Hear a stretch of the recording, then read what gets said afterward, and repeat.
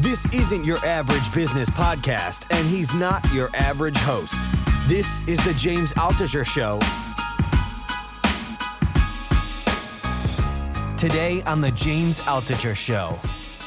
Always love talking to my friend Brandon Webb. Always interesting to me because he's a Navy SEAL. He's has a company, SOFREP, SOFREP.com, which is like a military intelligence news website. But he took his Navy SEAL experience and turned it into a set of thrillers. And the latest one just came out, Cold Fear, that he co-wrote with John David Mann. So I have Brandon and John on the podcast to talk about how do you write a thriller? I mean, these guys hadn't any experience writing thrillers, particularly military thrillers before. They'd written a bunch of books, but no fiction. And now they've been writing these best-selling thrilling novels, and they are page-turning thrillers. I highly recommend them. And I love my conversation about Cold Fear that I had with Brandon Webb, John David Mann. Here it is.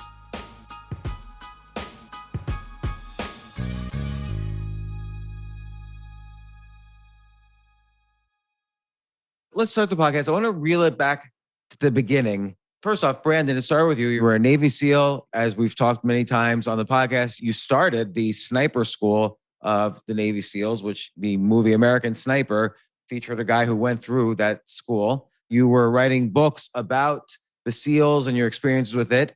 And then you had this great idea that there was so much interest in Navy SEALs. What's a fictional genre you could fill that there's interest in, but there's not many books for? We're reeling it back to the beginning about how this whole series started. This is your third book in your thriller series. Brandon Webb and John David Mann wrote the book together. Going back to the beginning, I'm really interested in the process by which how you figured out what genre to write a thriller in. And real quick, I didn't invent the sniper course. I ended up being a part of the cadre that reinvented it and modernized it and then got put in charge, which was a blessing and a curse. Why was it a curse? Oh, it was like 90 hours a week, work week. And, I had to give up my cushy shore. We call it a shore tour in the Navy, where I could just spend and yelled at SEAL students, 3 days a week and got my master's degree. Instead, I was just grinding this sniper course out. How do you get to be a better sniper? So it really comes down to positive psychology and mental management. And we taught the students how to deal with self-talk, how to visualize in their head, basically practice in their head perfectly, practice for emergency contingencies, that kind of thing. So it really got in their head. We ended up raising the standard and made it even more difficult, but we had a 30% failure rate drop to almost 1% overnight. The way we taught in the past was like sink or swim. It was very negative teaching style. And there are situations like SEAL training where you just want to throw as much negativity at a student as possible and put them in these incredibly adverse situations and see if they have the kind of mental fortitude to overcome that themselves. But we said, look, we don't have to, these SEAL sniper candidates we're getting are already cream of the crop. We don't need to treat them like they're going through boot camp and start yelling at them and pointing at all the mistakes. We need to adopt a positive teaching style. And rather than point out the mistakes, when you're a beginner learning something, by pointing out the mistakes, you're just programming them with a bunch of negative thoughts, right? As opposed to just going, okay, this is the correct procedure. If I see a student who's flinching on the trigger, I'm not going to go, hey, John, quit flinching, because all he's thinking about now is the flinch. I'm going to say, look, hey, settle down, make sure you make apply initial trigger tension, make a nice smooth pull and rehearse your mental checklist. That's a positive style of teaching as opposed to negative. Negative would just be like pointing out all mistakes. And when we did this, 30% failure rate went to almost zero overnight. And it made a profound impact on my life, seeing that happen. So I want to get to the profound impact in a second. And then, of course, we're going to get to the thriller, because I know John's listening to this, and I'm sure plots of thriller novels involving a sniper school are going through his head. But that's really interesting. So going from pointing out the mistakes to just reinforcing, like, this is what you need to do here, and this is the checklist, and go through your checklist, that made such a fundamental difference in the learning. So let's apply that to another category. Let's say learning a language. So let's say I'm learning Spanish. How would you apply it? So let's say you're saying a word in Spanish, and I'm like, in a negative style would be me saying, James, damn it, every time you say this word, you mess this up.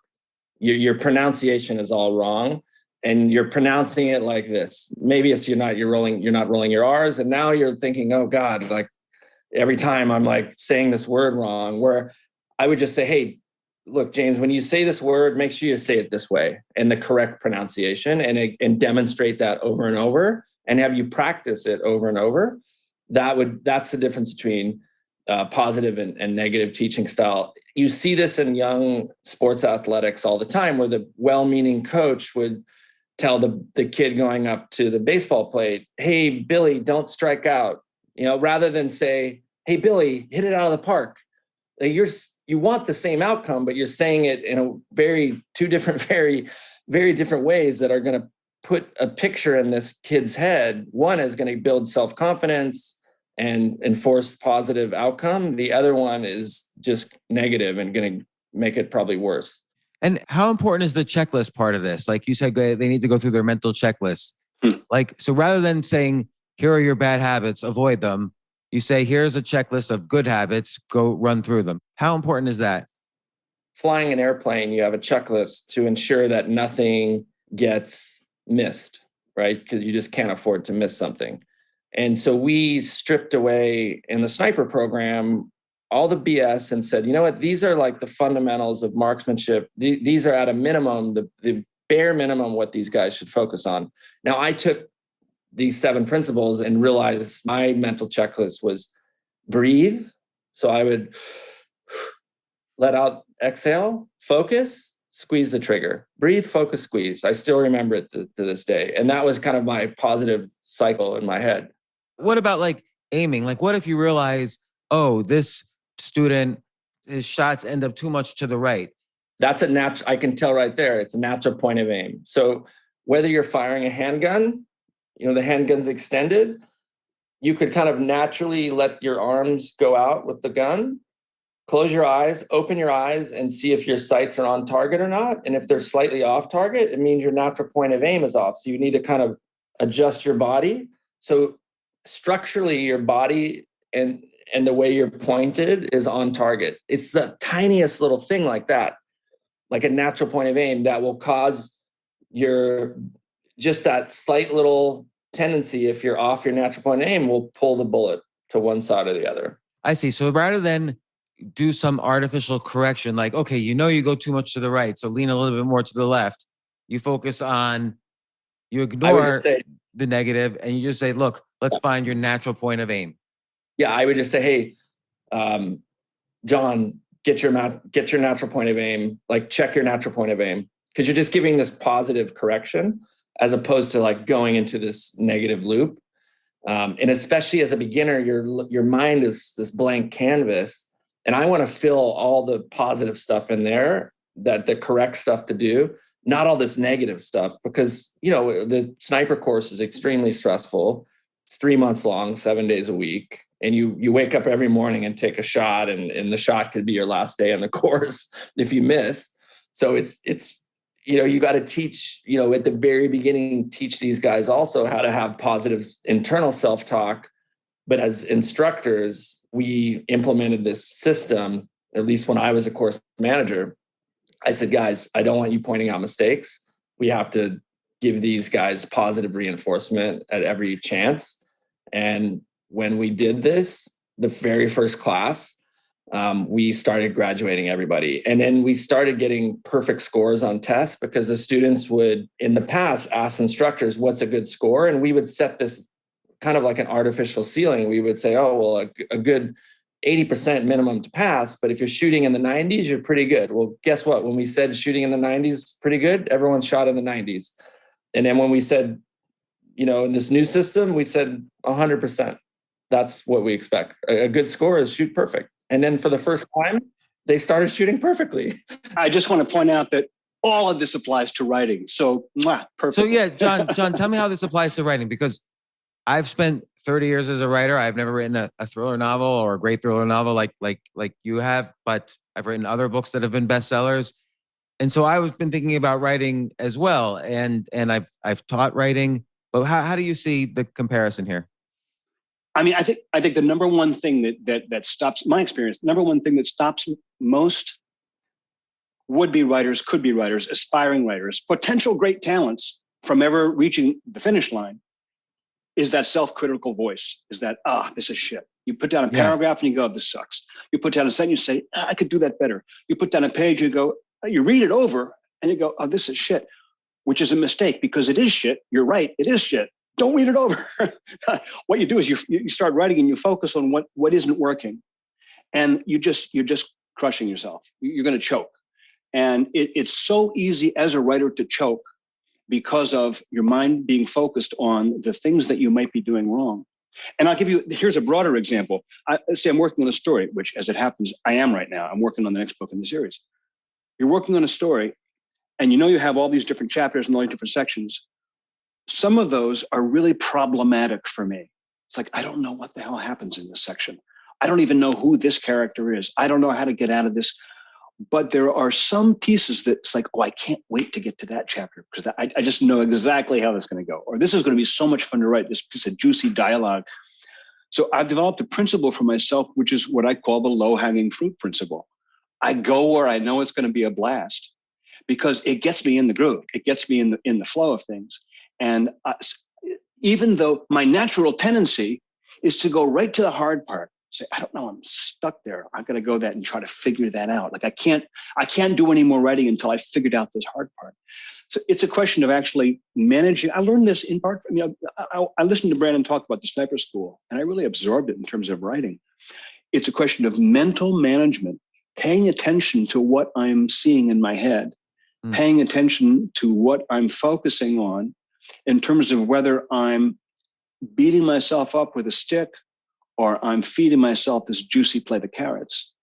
And the carrots work just for me so much better. That's where the great writing comes from. So it seems like self-talk's important for both these areas. Like my own experience with writing is if I'm having a hard time, I do two kinds of self-talk. One is to say, hey, like you said, of course it's shit right now, but that's why there's 30 drafts for any book. Even 30 drafts for a simple article, I'll often do.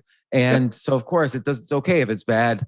I have a sense of the overall idea. I know that's good. That's why I'm writing the article. And drafts are bad, and that's why they're drafts. And then the other thing I do is, and what you said reminded me of this, I just skip the hard parts because it's a draft. Let's say I know I have 10 important points I want to bring up in my article, but I'm having a problem with the intro. I'll just skip the intro.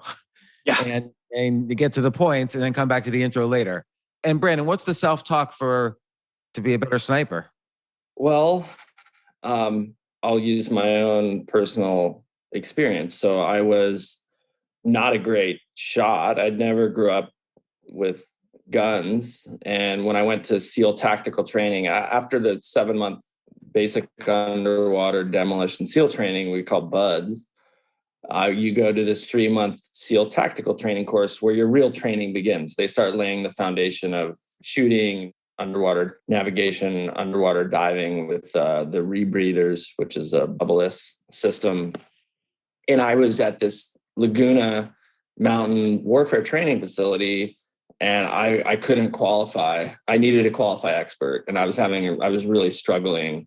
And then all of a sudden, I just had to. I started thinking to myself, I'm like, okay, I need to get out of this rut. It's like I felt like a baseball player that had a hitting slump. I was like, okay, I got to get out of this, or I'm gonna like not pass this course. And all this 7 months of hell would have been for nothing because I'm back in the regular Navy. I just started thinking of myself. I go, okay, I can do this. And then I ended up, it was like a switch. I just went and did this stress course and just blew it away. And people were shocked. I remember even the class officer in charge, Rob Byford, was like, he literally said, he's like, holy shit, what happened to you? A year later, when I got picked to be one of the platoon snipers, the platoon chief pulled me and my best friend Glenn into the office and said, hey, you're going to sniper school. And I knew that as a new guy SEAL, we didn't get these chances. Usually you don't send a new guy to sniper school. And I started thinking, oh my God, I'm going to let the platoon down. And all this stuff started entering my head. And I said, okay, wait a minute. I gotta get that out of my head and think about this differently. But that was in the back of my head. Like, how am I, this self-worth conversation, why I'm not good enough to go to sniper school? Why am I getting the opportunity? But then I started redoing the loop and saying, actually, I'm the best shooter in the platoon. This is the reason I'm going. And so I had to do it myself before coming back from war in Afghanistan in 2002 and having the opportunity to sit down with some of the best positive performance coaches in the world to design the sniper program. And I was like, oh, I was doing this myself to some degree. But getting this training with guys like Lanny Basham, who really built a sound, he's an Olympic gold medalist and built this positive psychology program before positive psychology was a thing. It made a huge impact on me. John knows this, and my kids, how I talk to my kids, how I coach my kids. Coach me right now. Like, how can I use this to perform better at the things I want to perform better at? First, I would read a book called With Winning in Mind by Lanny Basham. Lanny he'll tell you when he tells the stories, he was the kid that wasn't good at anything. In fact, in class, they said, who's least likely to win an Olympic gold medal? And they put Lanny's name down in like 5th grade, back when the classroom was very different back then. Fast forward, his dad said, no, Lanny, you just need to find out what you're good at. So he ended up becoming a great rifle shot. He was like, this is something that I'm good at. Ended up becoming or getting invited to join the Army Marksmanship Unit, which is called AMU. It's primarily most of the AMU guys are going to the Olympics to shoot for gold. He had went to Munich, I think in the early 70s, and completely choked on the world stage. He was a world champion at this point, expected to win gold. He sat next to these Russian guys in the bus, and they started getting in his head. They were talking broken English, like, oh, I'm glad I'm not Lanny, the cameras and the pressure and all this stuff. And he started like thinking about this. He said he shot the worst match of his life. He still won silver medal. He's like, the worst thing is, when you're a silver medalist, people ask you a line of questions when they find out you're an athlete. Oh, what sport? Oh, how did you do? And as soon as he says, I tell him I won silver, the first question out of their mouth is, well, who won gold? Right. It turns out like if you look at photos, they did a whole experiment where they took just the faces of people standing on the Olympic medal stands. And so you don't know they're in the Olympics. You just see their faces, but they're on the stand. You don't know that. And you don't know they're at the Olympics. And they asked like 1,000 people, label every one of these people happy, sad, whatever. And the happiest people were the gold and the bronze, and the miserable people were the silvers. Yeah. Wow. So, okay, continue the story. Like, how did he use positive self-talk to? So he comes back he's like totally depressed and goes to see all these sports psychologists. And he said, all they wanted to do back in the 70s was make me okay with being the first loser, the silver medalist. And he said, I don't want that. There has to be a better way. So he had access to the entire US Olympic team. And he spent a year interviewing only the gold medalists and some of their coaches, and really came up with this system of mental management, which is in the book I recommended, With Winning in Mind. And he came up with a system and he applied it to himself. And it had to do with self-talk, visualization, in the circles, right? You have self-image, practicing to the point, like every time someone learns something for the first time, there's this conscious effort, but you want to repeat it so many times to get it to that subconscious, and having these like circles and balance. So he used it and then went in Montreal, won the gold medal. So he wrote this amazing book, gave an incredible talk to our sniper staff, and then we adopted his system primarily with some other things as well, but mostly Lanny's system. And it had, I saw instant feedback. Like I said, 30% of the students would fail. Like we just knew that 30% are going home. And when we put the system in place, we started passing everybody. So I made all my kids read this book like twice for their allowance when they were, like 11, 12 years old.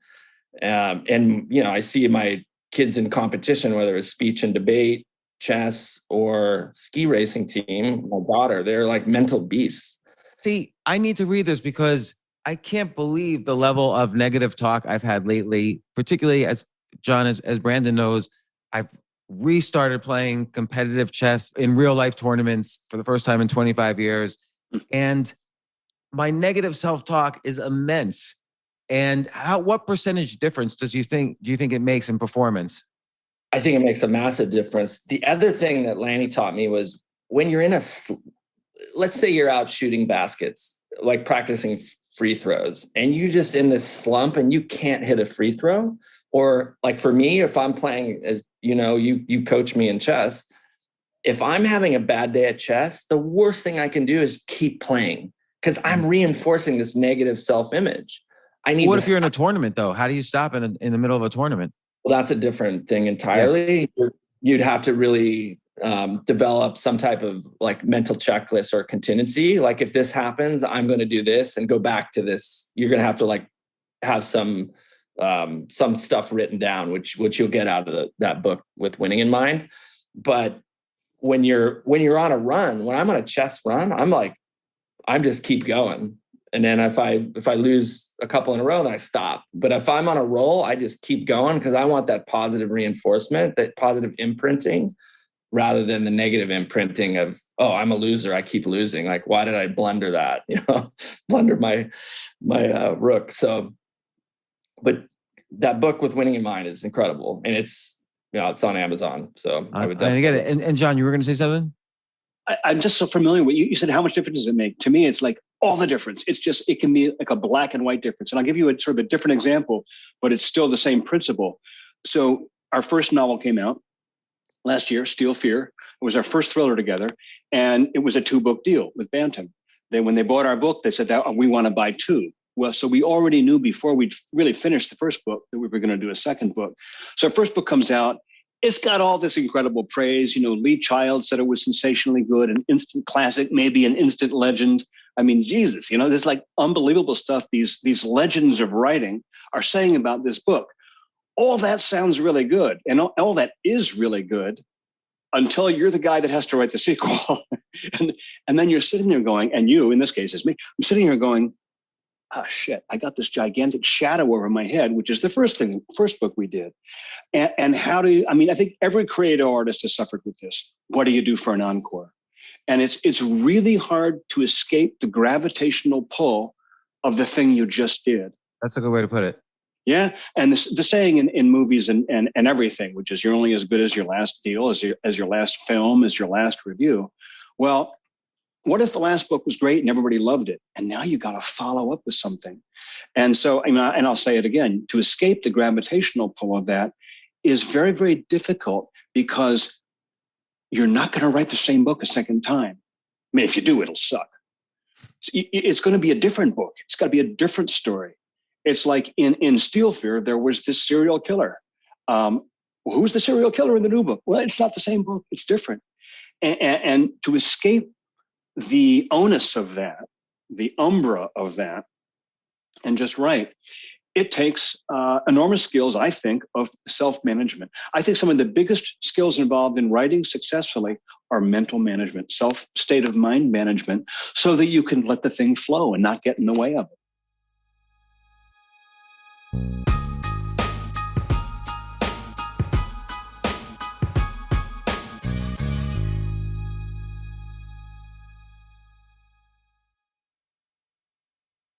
So for that second book, Cold Fear, excellent book.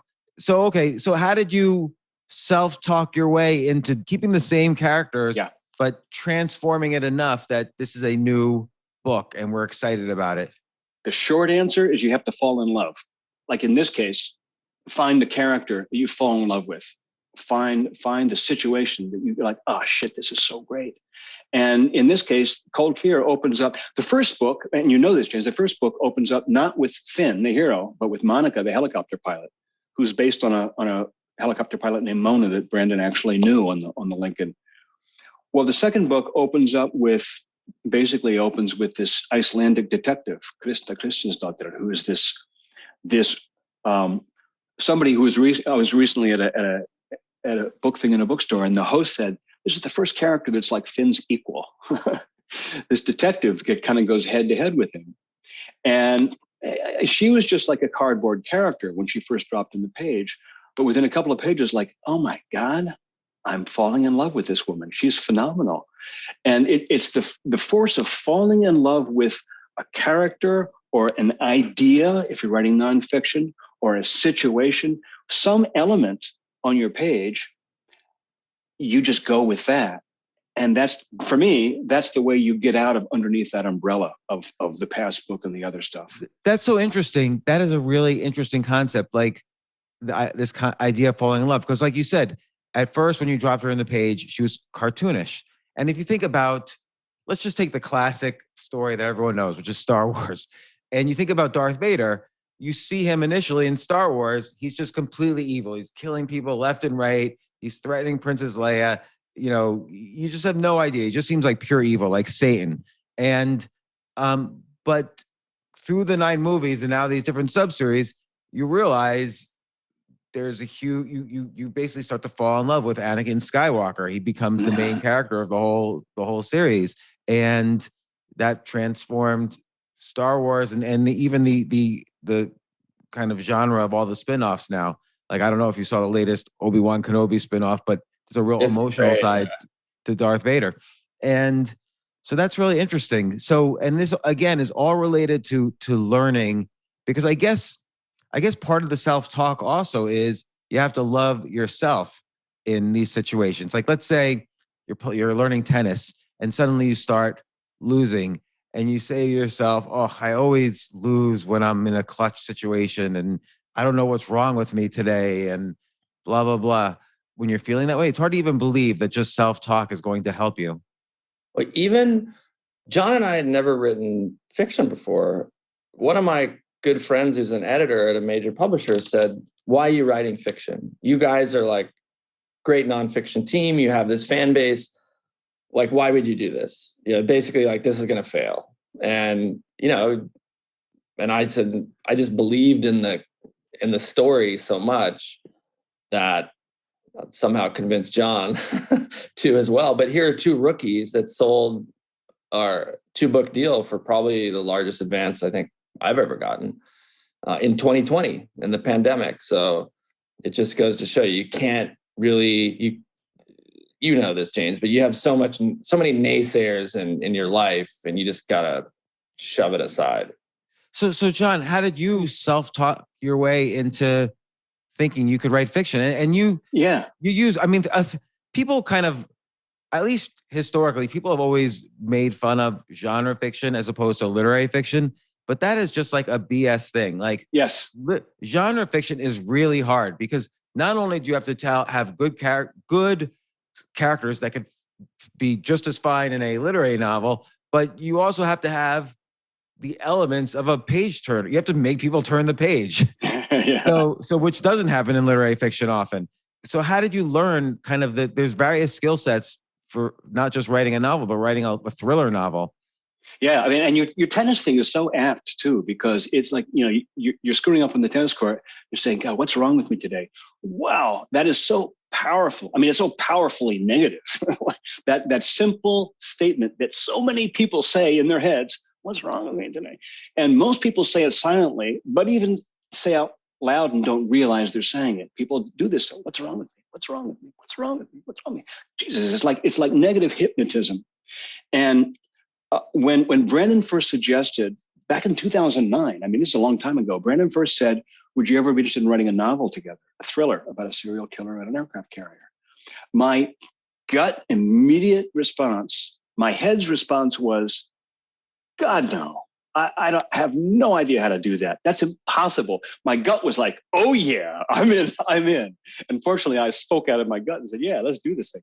But my head was very real. It was like, I frankly didn't have any idea how a human being could write a novel. It just seemed like impossible. You got all these characters and plot lines and stuff you've got to hold in your head. And how do you do that without your brain exploding? And how do you come up with all these different details and all these different ideas? It just seemed impossible to me. And it took When people ask us why did it take a decade before you wrote it, I think we've given all kinds of different answers, and they're probably mostly BS. But I know one true answer was, for me, it took me 10 years to get to the point of thinking, yeah, maybe we can do this. Well, what made you think finally that you could do this? My wife kept saying, you'd be a great novelist. You'd write great novels. And I borrowed from her belief in me because I didn't have it yet. And that was one factor. And the other was Brandon. And it's exactly what Brandon said. Brandon had a killer idea for a story. He had this, for a book to work, to really work well in terms of the marketplace, there's got to be a hook where when a person just looks at it, the title, the concept, they go, oh, I got to read that. And what they call the high concept in Hollywood, right? Brandon had an idea for a book that was killer. It was a hook that everybody, when they first heard about it, goes, oh God, you got to write that. And what it didn't have was it didn't have a hero yet. We didn't have a clearly defined hero. And we spent like a decade thinking about, okay, we got the serial killer, we got the aircraft carrier, got the situation, which, as you know, was in part based on an experience Brandon actually had on that aircraft carrier. There was no actual serial killer, but there was something close. What it didn't have was his hero. So we thought for a long time about this, kind of dreaming up who would be the guy who's looking for the serial killer. And the important thing was that the guy had to be as broken as the situation. The guy had to be somebody we'd really care about, had to be somebody we'd fall in love with. He had to be somebody who was, complicated and had a screwed up past and was really struggling to find his own humanity as well as to find the serial killer. And as it turned out, actually exonerate himself from war crimes, which he didn't commit. At least he doesn't think he committed them. He can't be sure because he can't remember. Once we had this screwed up, beautiful mess of a wonderful hero that was equal to the fantastic storyline that Brandon had brought to the table, it was like, you can't not, that pulled me over the edge to say, that book has got to be written. It's just too, wow. But then, you do all these great classic things that a good fiction writer does, which is even the minor characters have backstories so that you care about them. You have a lot of the classic tropes of thriller novels. Like think of The Bourne Identity by Robert Ludlum. Jason Bourne is in the middle of the Mediterranean with amnesia. Yeah. So he's the first scene or the first chapter, he's in a life or death situation. Like if he wasn't found, he would have drowned. And he also can't remember who he is. So it's like so classic. And it happens in science fiction, it happens in thrillers, it happens in mysteries, that the amnesia thing is just a great trope to use. And you use it in Cold Fear. So by the way, when I'm reading Cold Fear, I didn't know you had never written a fiction novel before the first book, Steel Fear.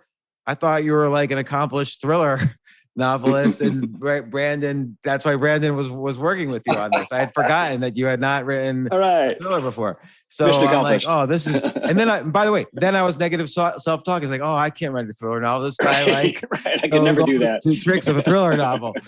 Right. I mean, I've had a ton of thriller novelists on this podcast, in part to kind of gear myself up to making an attempt, and inspiring me right now that I could do it. But like, how do you come up with, okay, let's just give this guy amnesia for a while. And then now we have to also make it, everywhere he goes, he's going to get accused of something. So he's always like running from everything. Like these are all like classic tropes when you pull them off. And, it's just, I don't know quite what the question I'm asking is, but it seems like you fit this idea into very good, thriller format. I can tell you one thing that I don't know if this is a technique or a strategy or exactly what, but one thing that I notice happens over and over is we'll get, let's say Finn in this case, into a situation, and I'll think, now what would be really ridiculous? What would be really impossible? What would be a situation he can't get out of? Or what would be something that he would never do because it's too outrageous? Okay, do that. And I mean, obviously you don't want to go over the top so it just looks absurd, but I'll give you an example. There's a point in the story, and this is a tiny bit of a spoiler alert, but there's a point, not a big deal. There's a point in the story where Finn is kind of in the dark, and he needs to know more than he knows, which is almost nothing. And I thought, and he's on an aircraft carrier, which is, this is the U.S. Navy. This is a very buttoned down, very disciplined environment. And I know one day I just thought, well, what if he breaks into the captain's room and like spies on the captain? I thought, oh, that's ridiculous. Nobody would do that. I mean, you get caught doing that? That's just ridiculous. On an aircraft carrier, break into the guy's place? Got to do it. So, you come up with ridiculous things and then you think, how can we make that just a little less ridiculous, just feasible enough to pull it off? And, that gets readers on the edge of their seats. And then did you call up Brandon and say, hey, if you wanted to break into the captain's room on an aircraft carrier, how would you do it? And Brandon's first response must have been, there's no way you can do it. Actually, I was like, this is how you do it. Exactly how you do it. But James, from getting to know you, one thing I appreciate about your writing is you're always looking at this crazy angle. Yeah. Always. And so I think, you would make an amazing thriller writer. It's true. I do it in nonfiction. And that's why my goal really a lot in nonfiction is to draw in elements of fiction that aren't normally in nonfiction. So that someone reading it says, I can't believe he just wrote that. Like, because you wouldn't see that normally in a nonfiction thing. You might see it in a fiction thing. So using that kind of dissonance has always helped me. But, it's interesting. So, okay, so you decide to get into the military thriller genre because there wasn't enough really like a well-known category for these military thrillers and so on. And you sell this concept. How did you sell the concept of a 2-book deal? Didn't the publisher say like why would we let you do this? Like you guys are nobody. We thought, I think we were going to market with 1 book. But our editor, Anne, who we both in the process were like, wow, we really like her the best, was the one that said, no, guys, you guys, she had, unlike fiction where you can sell a book without a manuscript, we had to turn in the goods. And she's just said, look, I want 2 books out of you. I see. So you wrote the whole book first. Yeah, and you have to do that with fiction. In the fiction world. And the other thing I notice is a little bit different about the process is I do think having a good editor like Anne Spire she's a great collaborator. And even on Steel Fear, she was like, guys, you got to pick up the pace. Like we had turned in over 100,000 words and trimmed it down to what, John, 80-ish thousand? Well, we started out, James, with over 150,000 words. This is before we got to the publisher. When we just showed it to our agent, who was, by the way, a phenomenal editor herself. She was a huge asset to without her, I don't think it would have gotten published. Who's your agent, by the way? Alyssa Rubin. Yeah. She's with WME. WME is my, I worked with Suzanne Gluck on my last book. Alyssa's phenomenal. I've heard of Suzanne. I've heard she's also phenomenal. She is. So we took this manuscript to her. It was 151,000 words. And she said, guys, this is great. There's a lot of great stuff in here. It's got to go down to 100,000. It's like, wait a minute. You mean take out every third word? What is that? You like take out the diphthongs, take out the consonants? What do you? Well, can I ask, like, was the first scene not as impactful? Like, how did you start off slow? Because with a thriller, one thing I noticed about thrillers is somebody's kind of got to die or get kidnapped by the end of the first scene. Yeah. It's a funny thing too, because Steel Fear doesn't start that way and it kind of goes against convention. But I think we had too much on background on Steel Fear. And that was, okay, you guys got to like get it going. There's a writer I love, a writing coach I love, who talks about cutting words without cutting content. He says, your goal is to take out words without taking out content. Squeeze out the extraneous stuff, but leave all the meat of it. And that's sort of what we did. Although honestly, in the course of going from 151 to 100,000, we took out a couple of whole characters, took out certainly whole chapters, took out, we had 2 NCIS guys in there on board the boat. They're gone. Master Chief Jackson had an assistant named Liz Rodriguez. She is gone. I liked her, but she's gone, man. So we really pared that little sucker to the bone. And it just, every time we made it shorter, it got better. I mean, when I coach writing or teach writing, I always look for what I call placebo writing. So Yeah. if a simple way is if a sentence is if the paragraph has the same meaning without the sentence, you take out that sentence or that word or whatever. But That's taking great. out entire characters, you have to have a really good overall awareness of what the book is saying to know when a major character is just a placebo. Yeah, it was really challenging. That, by the way, didn't happen with the second book, because we really learned from the first book was like a graduate course on how to write a thriller, I think. And the second novel, we had same editor and she was just as great, but the process was so much easier because the first draft we turned in was a lot closer to what it needed to be. So without giving away too many spoiler alerts, what were some of the challenges when you were writing this? Like what were some of the situations where you said, okay, I've got to put Finn in this ridiculous situation? I'll tell you one, which is something that didn't exist in the first book. In the first book, there's a serial killer, as we all know, and you don't find out who it is till the end. So, basically you've got an unseen villain. In Cold Fear, you see the villain pretty early on. And this was a real challenge because the villain, making him come to life without being cartoonish, making him like a seriously scary character without being over the top. And also he's a SEAL.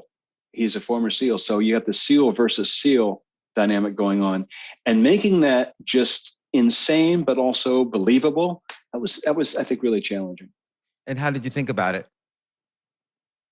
For me, I'll tell you that I was first writing, I'm sure you'll appreciate this. When I was first writing this character, Boone is the bad guy. He's a serial killer now turned contract killer, a serial sniper turned contract killer. The first few chapters, it was like not working. Boone just felt like a caricature. It felt like a smarmy, too clever. It just like it wasn't working. And that happens sometimes for me. Like you put it on the page and no matter, I tried every trick in the book and it just wasn't working. I had to put it away. And I went out and I read No Country for Old Men. And that guy's a maniac. He is like, to me, the scariest character. Yeah, he's amazing. He's like a force of freaking nature. Now, Anton Chigurh got in my head, which was a great thing to have in my head. I went back to Boone, and then Boone started to work. So I think sometimes you need to put the work away and go get good influences.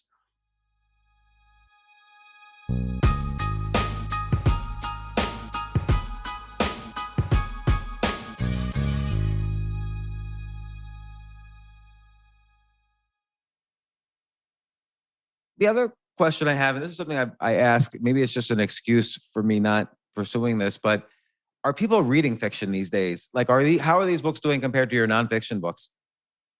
I would say what I learned anyway was that this is like John and I are climbing Everest, and we're, I think, just at base camp now, and we're like getting acclimated, but you have to build fan base. And it's like the conversations I had with my friends in video gaming. It's like the first game is not probably going to be a smash hit, but it's like the spark that starts to light the fan base fire. And over time, you just build upon that. Like, Steel Fear did okay on the first go, but what really drives the fan base is we just had this massive mass market paperback release. Like you can find Steel Fear on Martha's Vineyard, every airport bookshop.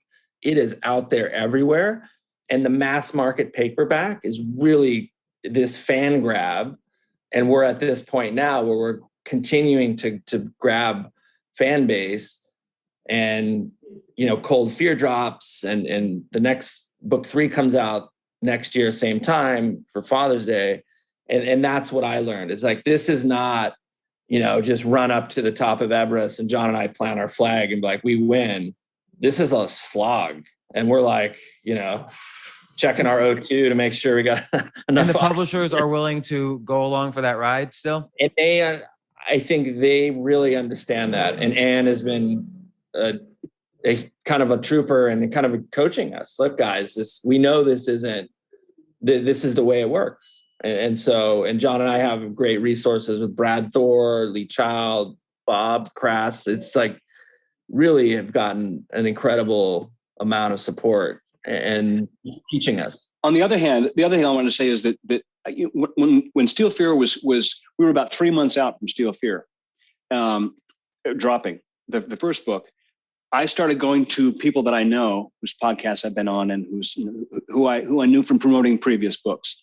And these have been all books. Most of my books have been books about things like leadership and personal excellence and really nice, pleasant, friendly things that no serial killers at all, right? And so I'm thinking these people are not going to want to read Steel Fear. They're not going to want to read about a serial killer and an aircraft carrier. But I would just go and say, hey guys, I'm going to actually put out a novel. And they were all going like, really? Wow, that sounds amazing. You got to tell me about that. And what I discovered is that all of my nice, wonderful leadership excellence friends love to read murder mysteries. And in fact, what's really cool is we've got like high school friends of my wife's and people in our who work in our house and people who, we know locally who have never picked up a single one of my nonfiction books are like eating up Cold Fear. They love it. That's great. So it's really, it's really fun for us, I think, I don't know what it's like for Brandon, but I know it for me. I've got like fans starting to come out of the closet who've never read my other stuff, which is okay with me. By the way, it's interesting you bring up like Brad Thor, Lee Child and stuff as inspirations and influences. I think this is a big difference between like a thriller and a mystery. Like you take a Brad Thor novel, and I've discussed this with Brad Thor, you kind of know who the bad guys are immediately. Like there's no mystery there. But what Brad Thor does really well is at the end of every chapter, there's a cliffhanger. Like the bad guys just caught you, and then the chapter ends. The bad guys now are aiming guns at you. Chapter ends, but the bad guys are right there the whole time. Like, who they are.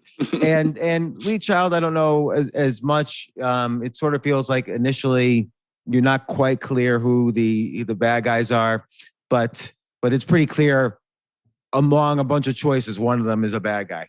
And but with a thriller, you really have to kind of have these other tropes like the amnesia, or like people are after me and they're accusing me of something that I didn't do. I've got to find the real person, or there's other tropes involved, and it's just interesting the differences, like what beats you have to hit along the way. And we're kind of cross genre too. We're military, thriller, crime as well, right? Like there's this murder mystery and psychological thriller. Sort of go that psychological thriller edge.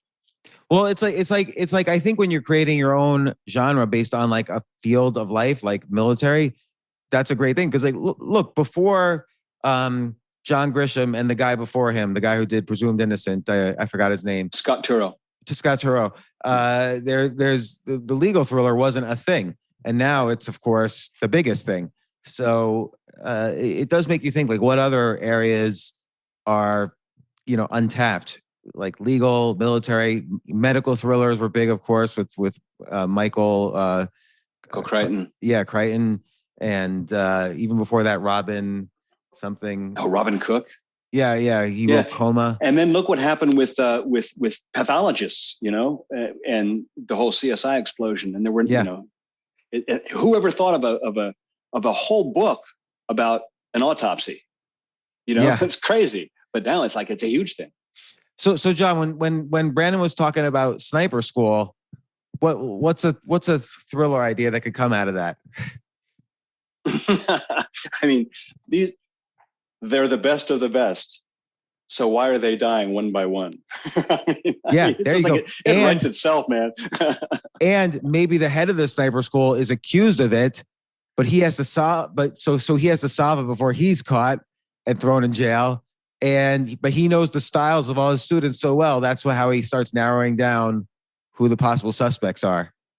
But then maybe they're faking the style to be more like his style. You don't need us for this, James. You're all good. You're on a roll. Yeah. I like the idea that Head Instructor gets recruited by some black agency to take out the sitting president, because they've decided that he's unfit to serve. Why would he take the role? I mean, is this a fantasy of yours or what? No. Why would he take on the role? Probably not. Secret Service is monitoring this. No. Oh, maybe he would take on the role because he's told by the CIA or whatever, hey, someone's going to approach you with this, take on this role. Then maybe the guy at the CIA who tells him to take on this role is killed, so he can't use that as evidence that he actually was working for the good guys. But then it turns out the CIA wanted the president out in the first place anyway. I like thinking about it, riffing off it. I actually like the idea of more of the Ayn Rand, Reardon kind of character approaching him, going, look, our political system in America is broken. These two-party system, like we need a new order. We need to fix things. And here are the best industry, like titans of industry gathered. And now we're basically bringing you into the fold to wipe maybe it's like a full, president on down, president -7. So it just completely wipes out our political system. But the thing is, though, it feels like a bad thing for him to take on that role. Is he convinced that it's a good thing, or does he have another motive? I think he could probably have multiple motives, but I can tell you this from serving in the government. I used to think there were a lot of smart people in politics that were worried about this foreign policy decisions. And now that I'm out, I'm like, wow, we really do not have the smartest people running this government. So I could get behind something like that. Well, for both of you guys, when have we ever had a good president? Like going all the way back? I mean, JFK comes to mind. But JFK, messed up in the 6-Day War. He was having nonstop affairs, which distracted him from government. He was taking tons of medication, which affected his judgment. Bay of Pigs? Yeah, Bay of Pigs, sorry. Because he kind of inherited that. I did a case study on that in Harvard Business School, but he inherited that problem. And the way they approached the Cuban Missile Crisis was very different. And just as a snippet, we watched this documentary on the whole thing. But in the first Bay of Pigs, everyone was afraid to speak up. They interviewed people afterwards and they said, yeah, I was afraid to say something because I didn't want to look stupid. So the second time around, Kennedy ran a masterful meeting with regards to the Cuban Missile Crisis. He's like, look, everyone, including myself, has a voice. Everyone can say something. Everyone better speak up. So it's just a much better environment to kind of like solve the problem. Let's say right now China invades Taiwan, and we have something similar to the Cuban Missile Crisis, where Biden sort of would have to take action of some sort, just like JFK did. If you take action, you're risking World War III. So how do you think Biden can learn from, or any president can learn from, the Cuban Missile Crisis, and apply it to the China-Taiwan situation if it happens? I mean, it comes down to empowering getting the smartest people in the room, regardless of political leanings, and setting the ground rules. Like, here's the issue. We're all aligned on this, and we're going to lock the doors, and we're going to videotape everything, and everyone better speak up, and everyone realize and be empowered that they need to have an expert opinion, right? And not be afraid to speak up, not pass, and not be sitting there thinking like this is crazy, but being afraid to speak up. Because that second, I'm sure there's that documentary out there is available on some obscure Russian site for free. But really paying attention to how Kennedy masterfully ran that second meeting, because he realized the Bay of Pigs was a huge failure. Yeah. In hindsight, like, terrible idea. Everyone knew it was a bad idea except the CIA, and everyone was afraid to speak up. Yeah. Classic. A Stalin-like environment. Classic yes speak. Yeah, and I think a lot of that's happening now, the afraid to speak up thing, even in society. Forget about Taiwan. You talk about just simply Putin starting to invade Russia. That was what people were saying. Biden could take this action, but would that trigger World War III? And that was the situation you just described. Yeah, I mean, we're sort of already in it. We need those smart people in that room now. I like the idea of videotaping it too. And I'll change my answer. I think Obama was a great president, to be honest. And look, like the three of us, nobody's perfect, right? We've done fucked a lot of things up in life, but you got to learn and make the best of it. I think Obama was a really good president. When I think about Obama, I don't know great or bad, but I would say that I remember during the election, like in October, the month before the election, Congress did not pass a bailout package. This was during the financial crisis. And Congress, the first stimulus, they didn't pass, if you remember that. And so Bush brought together all the congressional leaders, Republican and Democrat. Obama came also, and McCain came also. And McCain was silent throughout the whole meeting. And Obama and W are who convinced Congress to pass the second stimulus package. And I was very impressed by that he knew when to take a bipartisan role and that this was important for society. And that was impressive. It was also impressive to me, the Romney-Obama election, I felt was roughly, depending on who you like, there was roughly an election, a comparison of equals, like where they were both super intelligent people who wanted to be elected and were ambitious, but it didn't inspire all the hate that 2016 and 2020 inspired. That was the last election where I would have been happy if it went either way. Yeah, exactly. I always say I miss the days of Romney versus Obama because it didn't even occur to me. Yeah, I didn't vote in the election because I didn't care actually who won. So, there's a lot. I never vote, so that's the other reason I didn't vote. But that's also a compelling reason. So what's the third book going to be about? Well, the third book is about how much can we say here? I will say this. In every book, there is a mystery within the book, which gets solved by the end of the book, right? So first book, serial killer, aircraft carrier. Second book, a girl drowns herself at the beginning of the book and nobody knows why. And that mystery drives the whole book. You find out by the end why she drowned herself. Third book, there is a mystery that gets solved by the end of the book. But there's also larger mysteries that arc over all the books that are questions of Finn's origin story and Finn's own, like you said, his own Jason Bourne stuff. It reminds me of Jason Bourne because every movie there, he's unlocking more and more stuff about, and every book he's unlocking more and more about his past. The guy who, and Brandon would say this if I didn't, the guy that we're working with for a possible for the screen adaptation, which could go streaming series on TV or could go a series of feature films. We haven't quite decided which way it goes yet, one or the other. But the guy who's spearheading that was the creative force behind the Jason Bourne movies, because he was. Oh, you're kidding! He was the agent who represented the Ludlum material at one point. So he created. So for him, he saw Finn when he read Steel Fear manuscript before it was published. He saw Finn and thought, "Next Jason Bourne." No, not coincidentally. I mean, I love the Robert Ludlum books. I initially read them, and then they're amazing. I've seen all the movies like 3 or 4 times, and I just convinced my mother-in-law that she's got to see them all. So now I'm all set to watch them all again. So because it's great stuff and it's a great character. So I hope you guys succeed in doing that. And it's very inspirational to me how years ago Brandon told me how he was pitching these books around and had just gotten the deal, and that was inspirational to me as well. That you can take these other aspects of life and.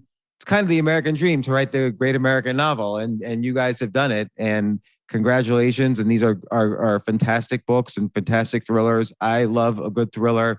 And I 20, 30 years ago, I would look down at genre fiction until I realized how great John Grisham was, and then I've read tons of genre fiction ever since. So, and you guys, hopefully it's you're no at the different. red carpet release of the movie or the series on one of the streamers. Yeah, and by the way, the movies on Netflix and stuff, those are great movies. Like they're all good enough to be critically acclaimed releases. They're even better than all the the biggest movie releases are Marvel Comics now. So those are horrible. Yeah. Whereas I just saw a movie last night on Netflix and Adam Sandler where he's like a basketball agent. And I forgot the name of the movie now, but it was supposed to be great. it was just a great movie. It was a beautiful movie, and I loved it. And so many good movies on these streaming services now. So I honestly hope you get on a streaming service, because I don't like going to the movie theaters anymore. So, well, thanks so much for coming on the podcast. Everything you've said is so inspirational. It's given me a lot to think about. And look, I look forward to having you on for the next one. And as always, you're always both welcome to come on anytime you want to talk about anything. So thank you once again. Thanks, James. I'm ready for a chess lesson next week too. Yeah, that'd be great. Pleasure chatting.